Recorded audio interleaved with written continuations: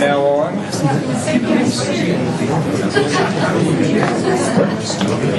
Is that type of thing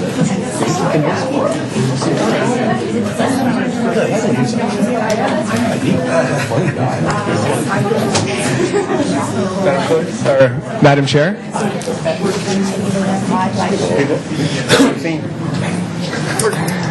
Madam Chair, we've received another order of business having to do with rainbow crosswalks. Are there any other items to be added? Any other items? No thanks. No other items. The next item on the agenda is a delegation. Vera Anderson with the Community Council representing Community Living British Columbia. Welcome. You can come up and have a seat here.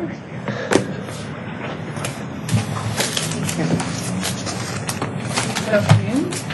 Oh, good afternoon. Just to let everybody know that here in Coquitlam we have a 6-week acting mayor schedule, and during that time each of the councillors takes turn chairing the committee meetings. Yes. And right now I'm acting mayor, so I'm chairing this meeting. But in addition, Mayor Stewart is out of the country at a conference at the moment. That's why he's not here. Oh, well, thank you. Thank you for explaining. Welcome. First of all, I want to thank everybody very much for putting us on the agenda. And we bring today a message from CLBC and Community Council. Thank you. Thanks. Okay. Fine. Our message is good lives in welcoming communities. We are from CLBC, Community Living British Columbia Community Council. Community Council is a committee appointed by Community Living British Columbia and is comprised of self-advocates and family members, service providers, community leaders, and local business owners. The Community Council works to help CLBC achieve its vision of good lives in welcoming communities. This is why we are here in Coquitlam, our home community, speaking to our mayor and council. We are speaking for those with a developmental disability, those seeking community inclusion in all facets of community life. This may include volunteering with the city or participating in city programs. We commend you in building community here in Coquitlam by hosting summer block parties and supporting an increased volunteer base here in the city. These efforts help to create a sense of community amongst our residents who represent many forms of diversity. Coquitlam City has much to offer, and our persons with a developmental disability have much to give. By working together, let Coquitlam be a city that leads by example, that makes good lives in welcoming communities a reality for those with a developmental disability. To achieve our vision of good lives and welcoming communities, we look to you to help and to assist. We see Coquitlam becoming a model of a welcoming community by expanding volunteer opportunities and programs. We ask that you access us and invite us to future conversations regarding good lives for those with a developmental disability. Our committee is willing to collaborate with the city to increase participation of developmentally disabled residents in city programs and volunteer opportunities. Working together, we want to create opportunities to engage others and to raise the quality of life for those living with a developmental disability. We start by saying hi and continue to engage to welcome to community. Those with a developmental disability are dependable, reliable, loyal, and punctual. They enjoy and love their community and want so much to be a part of things. They are proud of their community, its amenities, and want to contribute. Partnerships are possible, leading to a healthier life for all. Working together, goals can be achieved. Referring back to CLBC and its mission of inclusive communities, October is Community Living Month, and we're wondering if the city could make an official proclamation proclaiming October as Community Living Month here in Coquitlam. I want to thank you, we all do, for listening. I have some pamphlets to share, and I welcome any questions. There, you can have that. Thank you very much. Oh, you're welcome. We just maybe pass them around. There's it. Does anybody have any questions? Councilor Zerlo? Thank you so much for coming. Oh, I thank just you. wanted to ask the question, this week on Wednesday, we will have the Welcome to Coquitlam event in City Hall here. Is Oh. CLBC part of the Welcome to Coquitlam event? Or do you have a table, or will you be involved? This is the first I've heard of it.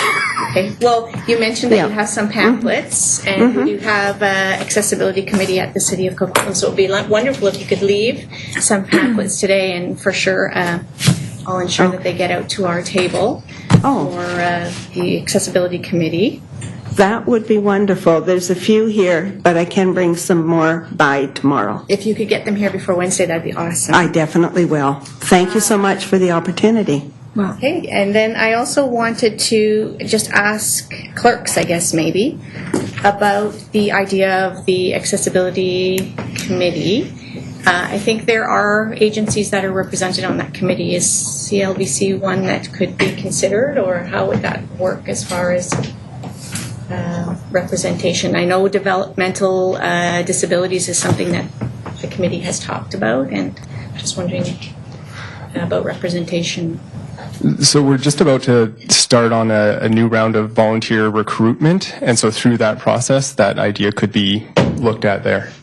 So how would I Good idea. approach that idea of presenting it even to council for consideration? How would that be done?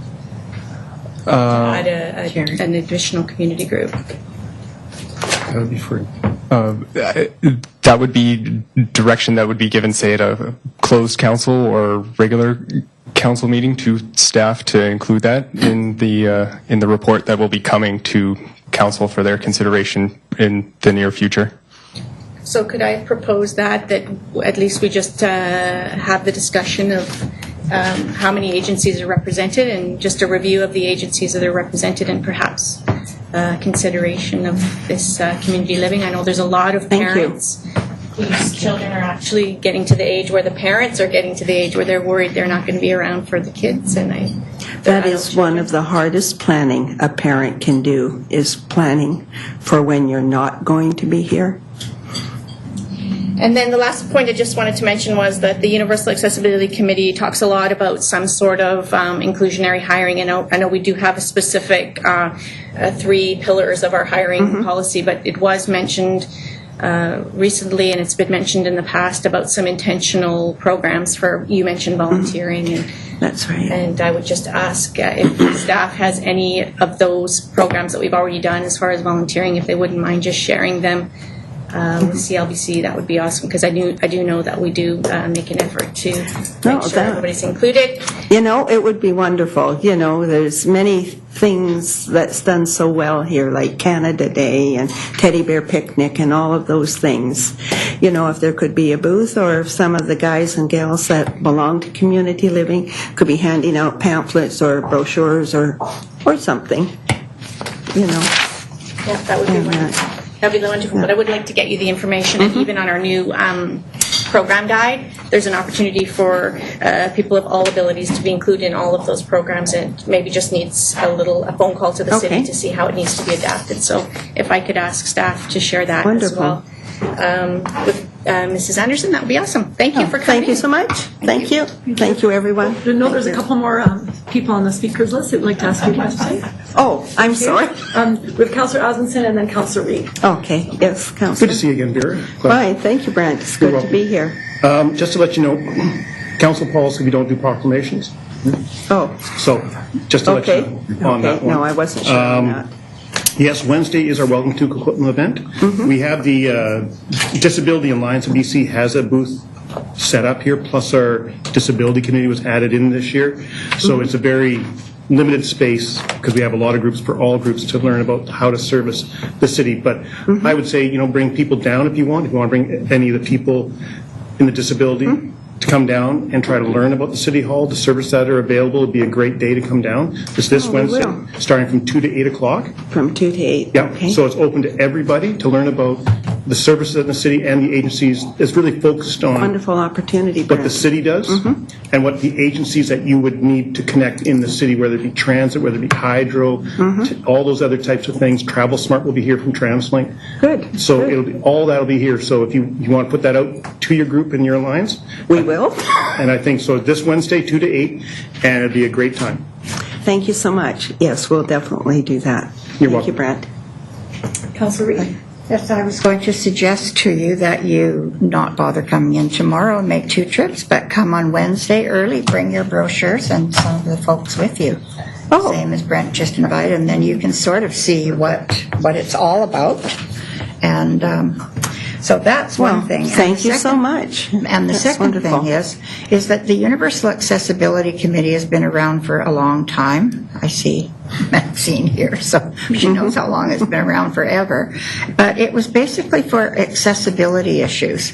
And last year it was discussed about sort of moving perhaps into other kind of issues. But we did not approve it last year, so it's going to take some discussion to see if, what the scope of the committee is going to be. But I really urge you to come because we're pretty excited about Wednesday. Well, we definitely will. And yes, no, thank you so much. You're welcome. Thank you. Anyone else? Anyone else? Thank you very much. Thank you, Councillor Downer. Thank you. And I actually meant to acknowledge, we have a member of the audience today, one of our former mayors, Maxine Wilson, is here today. So Still alive. Busy volunteer. yes. Mr. Clerk? Item 2 on the agenda is another delegation, Reg Quiring, Coquitlam Youth Orchestra. Do they want you to stop? Welcome. You're not you. That's true. The floor is yours. Thanks. Thank you. Did you bring music? Next time. Good afternoon, City Council. Thanks for having me here today. My name is Reg Quiring. I'm the founder, artistic director, and conductor of the Coquitlam Youth Orchestra, which now has 3 orchestras, a junior, intermediate, and senior orchestra. And in each orchestra, there are approximately 50 students right now, and that's always trying to increase. People are coming and wanting to join. It's kind of bursting at the seams. So a little more, just so you know who I am. I have performed as principal viola with the Vancouver Symphony, the Vancouver Opera Orchestra, and the Quebec Symphony. I have extensive experience teaching violin, viola, chamber music, and conducting at the places like the Vancouver Academy of Music and UBC. And so I'm here to say that I believe that it's Coquitlam is now large enough to build and present its first music center with a population of 140,000. I think that this is possible. Langley, with only 25,000 population, has a community music school. It's called the Langley Community Music School. It is a music center. It has a concert hall and rehearsal halls, teaching studios, office space, and a music library.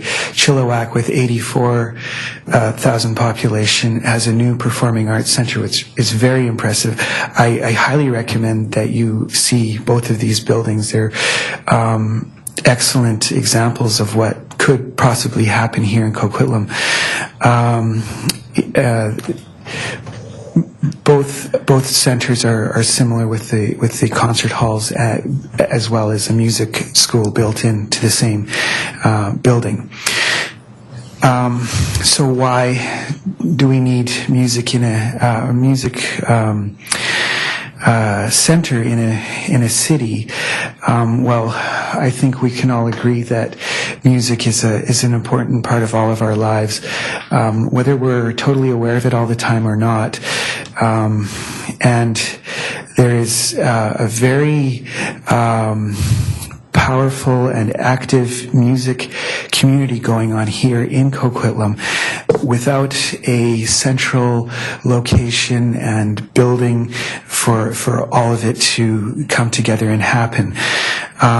With the community music center, we would have all the many highly qualified teachers who are currently teaching in their houses, along with their students, come together to one place to meet each other, often likely for the first time, collaborating on exciting projects and ideas and inspiring each other and growing together in the music community. A music center shows a city's cultural depth and vitality. It creates a cultural population, and not to mention the odd Yo-Yo Ma and Leonard Cohen. So a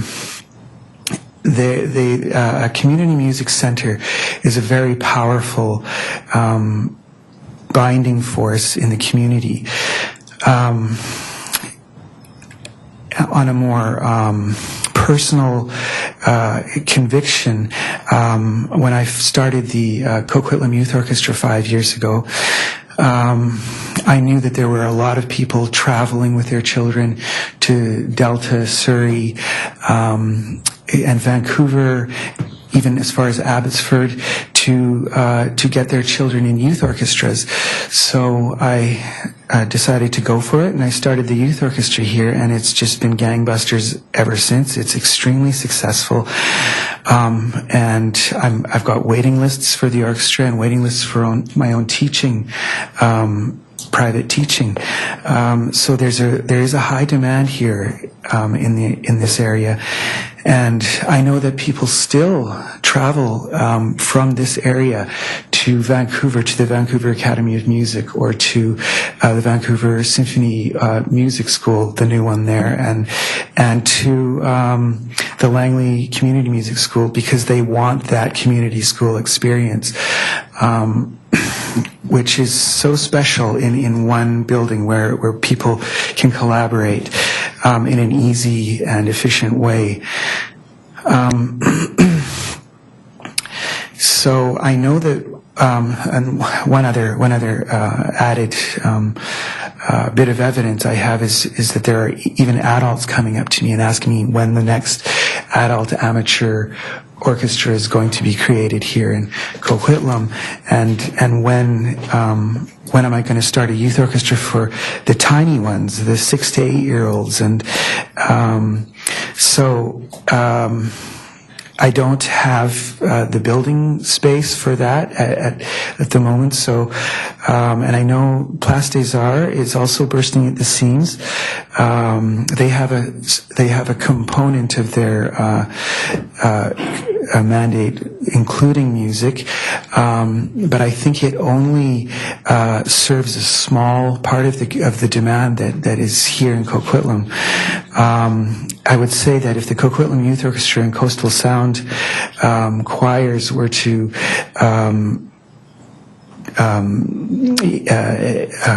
inhabit Place des Arts, those two institutions alone would carry that building 7 days a week. So my vision for this building, which I hope that we can someday build here, would be a concert hall with seating for 700 and a stage which could hold an orchestra and choir. The Evergreen Cultural Center does not have a large enough audience for the Coquitlam Youth Orchestra. I would love for the juniors to be able to hear the seniors so they are inspired, but the hall is not big enough. We can only hold enough people for the senior orchestra and their parents, so there's no room for the juniors to come and hear the seniors. Also, the Evergreen Cultural Center is a fly theater, which has a big box above it, and for acoustic groups, like choirs and orchestras, the sound goes straight up into the box, and a lot of the sound is missed, so the audience misses out, and the performers also miss out. So a concert hall, that's a very important distinction that I want to make today. That it would be wonderful if this building would include a concert hall and a community music school with teaching studios, rehearsal halls, office space, and providing lessons, music theory, history, Kodai, chamber music, orchestra, choir. In the end, giving the community endless affordable concerts. Incidentally, the Vancouver Academy of Music, the VSO Music School, and the Langley Community Music School all have concert halls, as does the Performing Arts Centre in Chilliwack. Mr. Curry, I'm sorry to interrupt. I've given you 3 minutes beyond the 5 minutes. Oh, okay. I have one sentence. Can I finish it? I was just going to say, I'll ask you to wrap up. Okay, so here's my final note here. Let's take credit together, you guys and I, for creating the inevitable state-of-the-art Coquitlam Community School with its thoughtfully constructed concert hall. Thank you, City Hall. Thank you very much for sharing your vision with us. I commend you for starting the youth orchestra 5 years ago. And Thanks. What a tremendous success it's been. Again, I have a speaker's list with questions for you. Okay. Councillor O'Neill and then Councillor Hodge. Okay. And then me. Thank you very much. And Councillor Reid. And it's great to hear your passion and excitement. It's something I've shared with you last New Year's Eve, actually, when you have your annual concert at the Evergreen Cultural Center, Quiring in the New Year. You're doing it again this year. We are, I learned when I was at the opening for the season launch just last weekend. So it's good to see that tradition continuing. I know you're a talented musician, and from what I understand, a great teacher. It's great. So, arts, culture, and heritage has been on Council's mind for a few years now. And last spring, Council unanimously adopted a final version of an arts, culture, and heritage strategic plan. That was after a year and a half of consultation with the arts community, and it identified some short-term and longer-term goals. And from your point of view, you're probably not going to be happy to hear that it's not in the short-term goal for sure. However, there are some things in the short term. There's one thing actually coming up that I think you should be aware of, maybe participate in. On November 4th, we're going to have our first, which we hope to be an annual cultural summit, and bringing together everybody in the arts, culture, and heritage community to talk about the things that are important and where the priorities should be. That's certainly, there's other groups in arts, culture, and heritage who have their priorities too. Some people would like a sooner rather than later big heritage center or a museum. Other people would like an expanded, a bigger theater, a general theater at the Evergreen Cultural Center. These things are all important, I know, and we have competing interests. And I wanted to just also give you a little more of a, so even though there's nothing right now in our plans or priorities for something like you described, our General Manager of Parks and Rec, Raul Adueva, sitting back there, has always said that should a private partnership opportunity open up in any area, whether it's a sports field or whether it's a cultural or something like that, he's open to changing the priorities. And this is like a sports field development, park development, whatever. So if there's some other group that's in there that to say, well, you know, it's maybe a $20 million project, but we can bring in X million dollars ourselves by doing this and this, and then having this sponsor, that's always something that Mr. Alueva is nodding his head, and maybe he can further expand on that. And not to shut you down entirely here, I want to give you some ideas for how this might go forward. Okay. So, Thank you. Thank you. Through the chair, thank you, Councillor O'Neill. I think you did a really good explanation around the heritage, the arts, culture, and heritage strategic plan.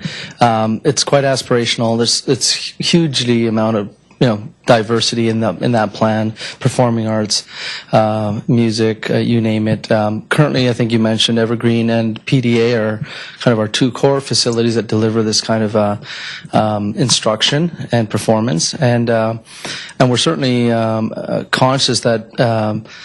And then there's work across all our facilities, actually, at some level, particularly the Innovation Center site. Right now, we're kind of looking at the feasibility there. We know that certainly anecdotally and certainly in our minds, talking to PDA, they look like they are getting pretty full. So we're thinking about the future of that facility in the longer term. But again, it's not an immediate priority. But all of these are priorities, and ultimately they become priorities by good organizations, good people advancing their causes, and then bringing together the possibility of those partnerships and opportunities that this council could potentially support if this broad community benefit. So, as Councillor O'Neill mentioned, we did introduce just last week a P3 policy which highlights opportunities for partnering across all our services, including performing arts. And that would be something that if there's a group that has specific objectives, some business proposal, potential capital, operating models, all of that we're open to. Our plans do recognize the long-term growth of arts, culture, and heritage, including music and performance. It's really a question of where those priorities go over time. We've got a growing population and a very diverse range of services, so it's really a question of timing. I see. Okay. So, thanks. just to elaborate even more, so in the top 10 priorities of this new strategic plan for arts, culture, and heritage, one of the top 10 quick things to do was to hold this cultural summit I told you about. I think Mr. Alahueva talked about was the examination of the Innovation Center to see what uses might be that building might be put to in the arts, culture, and heritage realm, perhaps. Right. And also, there's a general facilities assessment that's out there to look at more detail. That's number 9 of the 10 things.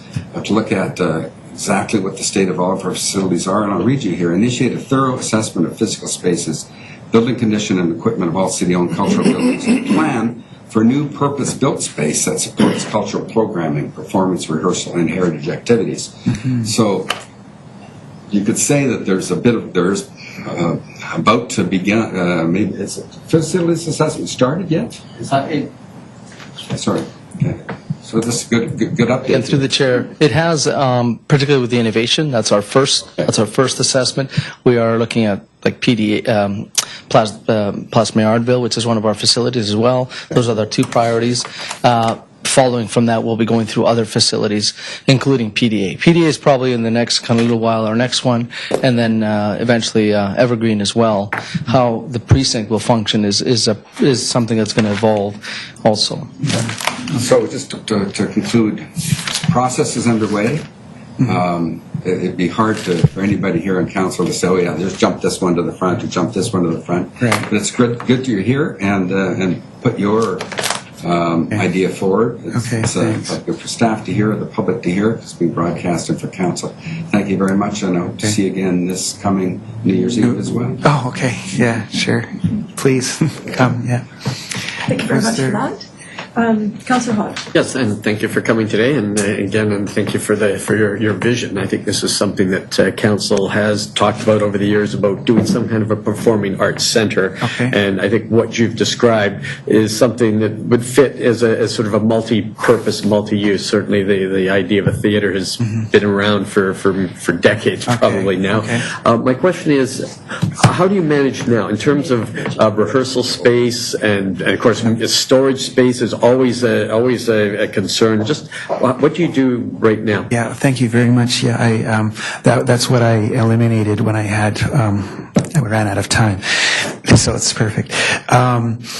Well, right now, as far as storage goes, my wife is here. She can attest to the fact that we use our bedroom, our basement, and our living room for instruments, music library, office equipment, and etc. And actually, Evergreen Cultural Center kindly lets us store the timpani and percussion there, although they're also having trouble fitting everything in. So, Rehearsals we do in the rehearsal hall of the Evergreen Cultural Center, which is great, and it's a good room for that. And I'm grateful that we have it. I got it in the nick of time. It was the last space they had available. And concerts, well, as I was saying, we do try and fit them into the Evergreen Cultural Center. We have tried them at Terry Fox. There's some issues there. And I'd like to keep it in Coquitlam. But I know that there's another great organization, very prestigious organization, Coastal Sound Academy, the choirs.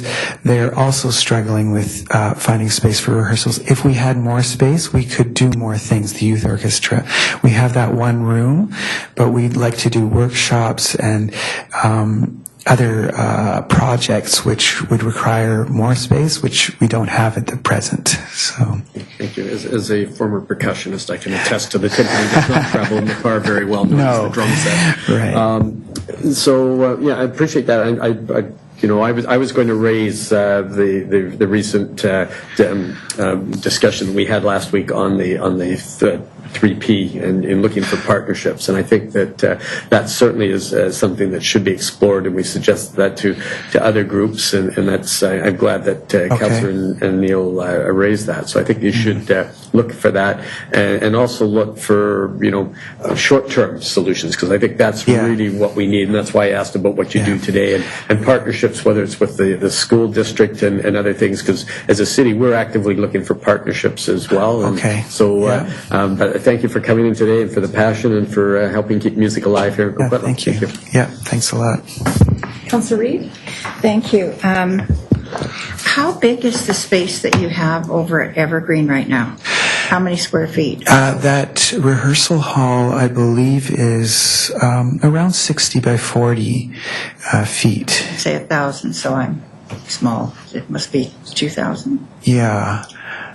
Yeah, it's quite big. It's good. It works for the youth orchestras, just to fit the youth orchestra in there, nothing else. But so that's a great size. How often do you use that? We use it every Friday from 3 to 10. So once a week. Yeah. Okay. For years, because I've been around forever. When we first started the Evergreen, one of the things was that while I left for Palm Springs, they built that. We were going to build a big 1,000-seat theater, but it got reduced to that. But for quite a few years, I was working with them on trying to find partners. There are partners out there, and it would be well worthwhile sort of digging into some of those folks that perhaps might want to partner with us, as both of my colleagues have said. Mm-hmm. But just a word to when we actually fundraised and we got a lot of money and the city donated funds to go out and look, we got a mock-up of about 1,000 seats, and that would be including what's there now and then adding on and different kinds of theaters and all the stuff you know more about than I ever will. But the price tag was about $70 million. So that's the kind of money we're looking for. It's not a $10 million ice surface or something. We're looking at $70 million. So if you run across someone who has that kind of money, give them my name. Yeah. But there are, I believe that there's someone that works with the Vancouver Symphony that is very good at fundraising. And I think I could find their name somewhere. Okay. But they do a lot. There's a lot of people that just want to do exactly what you're doing. Okay. Just encourage the youth. And I think that would be wonderful. Mm-hmm. Yeah, I would love to. I think we're all excited about this. It's just that my $70 million is tied up in my bank account. Right. So mine too. Yeah. Thank you for coming. Okay, thanks. Councillor Wilson. Yeah, thanks a lot for coming. Really love what you're doing, and want to support it in any way I can. The concert hall you were talking about in Chilliwack, you said that's inside the secondary school? No, actually, it's right next to a secondary school. Actually, it's a self-contained building that holds 2 two halls, one a large performance space and one a smaller one, as well as a full music school with teaching studios and rehearsal halls. And was that built in conjunction with the high school, or completely separately? Well, I know that it was a priority for that particular council and mayor, and that they really wanted this, and that they apparently where they cut costs was the walls or those kinds that just fold up, and so the outside isn't. I mean, I think it looks fine, but apparently people say it's not that pretty. But the inside works great from what I can see. I know when they were planning the new Moody Middle School, they wanted to make it more of a school of the arts, and they were adding some kind of performing components there. Right. When Terry Fox was built, obviously the theater was built as part of the school. So I thought maybe that's what you were looking at, perhaps, as a partnership with the school district and the government. That's not. I would be open to that for sure. Yeah. I don't think we have any secondary schools in Coquitlam that are in need of being rebuilt, though, now that Centennial's been. Yeah. Okay. The new school in Burknell, perhaps. Yes. Yeah. Okay. I mean, what the Vancouver Symphony School of Music, they built theirs in partnership with a developer, actually, for a high-rise building. The first, I think, 3 or 4 floors are dedicated to the music school, and the rest is the building. Yeah. Okay. Thank you. Sure. Thank you. May I ask one? Sure, go ahead. Councillor Reid? Or I think Councillor I've Neal. got information directly Okay. pertaining to the last point here. Yeah, me Okay, too. go ahead. So the Chilliwack Cultural Center cost just $22 million to build, and it contains a 500-seat theater and a 150-seat recital hall rehearsal space and an art gallery. And $22 million, I don't know, was that 5 or 6 years ago or 10 years ago? I was there several years ago, and about 10 years ago, so even that's a lot less than $70 million. But mine was pretty. Right. It's not an ugly building. It's sort of utilitarian. As a title sponsor as well. Straight lines. Did they have a title sponsor? Hub International. Hub International as naming rights. Anyway, just get that information out there. Okay, thank you. So you just said something very interesting to me. The VSO, Yeah. where they have a main ground floor for all the offices or the performing studios? The ground floor is actually just their lobby, and then I think they have 2 or 3 floors that include teaching studios. They do have a concert hall. It's a small concert hall. It's a very good concert hall. And they have some... How many seats about? I think it's 150 to 200, something like that. Let's see. It has a lot of teaching studios and some larger rooms for larger groups and things like that, and office space for the administration. Yeah, some research into that would be handy. I'd like to know a little more about that. That interests me. Thank you. Okay. That was You're fun. welcome. Thank you. Yeah, thank you. Thank you. Okay. Thank you very Okay. much. Thanks a lot.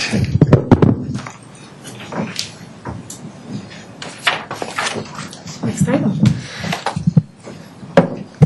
Next item 3 is the minutes of the council and committee meeting held on Monday, September 11th. So moved. Second. Moved by Councillor Rasmussen, second by Councillor Zerillo. All in favor? Anyone opposed? Carried unanimously.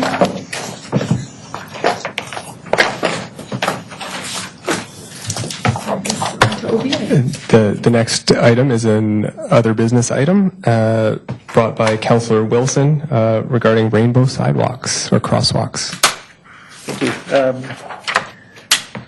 I just want to mention that maybe I rushed this a bit, but considering that Richard's not here and was supportive of it, I'm happy to wait until he's back and bring this back in a couple weeks if anybody would like to do that, or we could discuss it today and I was going to suggest that. yeah, I think in fairness, yeah. I think it should be here. I was going to suggest that. So we'll put on the as a item on the Defer it to the next. CIC the next meeting. Perfect. Okay, Thank you. okay, thank you. Do we have to have a motion to take it on? I think, yeah. Move deferral to the next meeting. Second. All perspective. We don't have motions. You can defer. A recommendation. General Moved by consensus. Councillor Atkinson. So is it Whatever all in we favor have, of yeah. deferring this to our, is it October? Next meeting? October 2nd. Do you believe September's gone? All in favor of the deferral? Anyone opposed? Okay, so that carries unanimously. Second. Mr. Knight, for the moving second. It already been moved? Yes. Deferral, he said. Yeah. That's my Moved by second. Councillor Morrison, seconded by I missed Councillor that. Atkinson. Okay. So if that's it, move adjournment? Second. Was there another OB item? That was it. Oh, No, I have a point of order before we close. So I just wanted to get from the clerk an understanding. So we now move just about the procedure now that we move into close. So we are adjourning this meeting, and then we are going to have a closed council meeting. So my understanding is that we need to be in a meeting for us to go into we need to be in an open meeting for us to go into a closed meeting. So I'm just wanted to understand the procedure, because we've traditionally always done it where we close this meeting and then we go into a closed meeting. But I'm always wondering, what kind of meeting are we in when we start the closed meeting? And should we do it here where we make the resolution to go into the closed meeting? So it's been explained to me a few times. I still don't really understand, because some of our colleagues around the metro region actually post the agendas for the closed meeting, and then they also post the votes. They post the resolutions for the closed meeting, and then they also post the votes. So I just want to understand, we do it differently and why we do it differently, and what meeting we are in before we go into closed. It's probably a little bit unfair. I bet you would love to. If you know the answer, go ahead. If not, I can answer part of the question. So currently we're in council and committee, which is a standing committee of council. So that will end it has ended. It's been adjourned, and so now we will be going into a full council meeting, at which council will have to decide whether it should be closed or open, and they'll pass a resolution saying that it will be. They can decide. Excuse me, point of order. You just, Madam Chair, go ahead. clerk just said that the council and committee meeting had ended and is closed. Then what's happening now? Then this is nothing. This is a conversation. It hasn't been adjourned yet. Was it adjourned or was it not? I adjourned, well, I moved to adjourn. Was there a vote on that? No. Is this still the committee meeting? Vote hasn't been called. The vote hasn't been called. So I get that is still on the movement to adjourn is still on the table. Okay, so this is still in committee. Yeah, sorry, that was my error. Thank you very much. You may continue. So carry on. So once council and committee is adjourned, then we would go into a meeting of council, and then council would decide whether to leave it open or to close it, and they would pass a resolution if they decided to close it.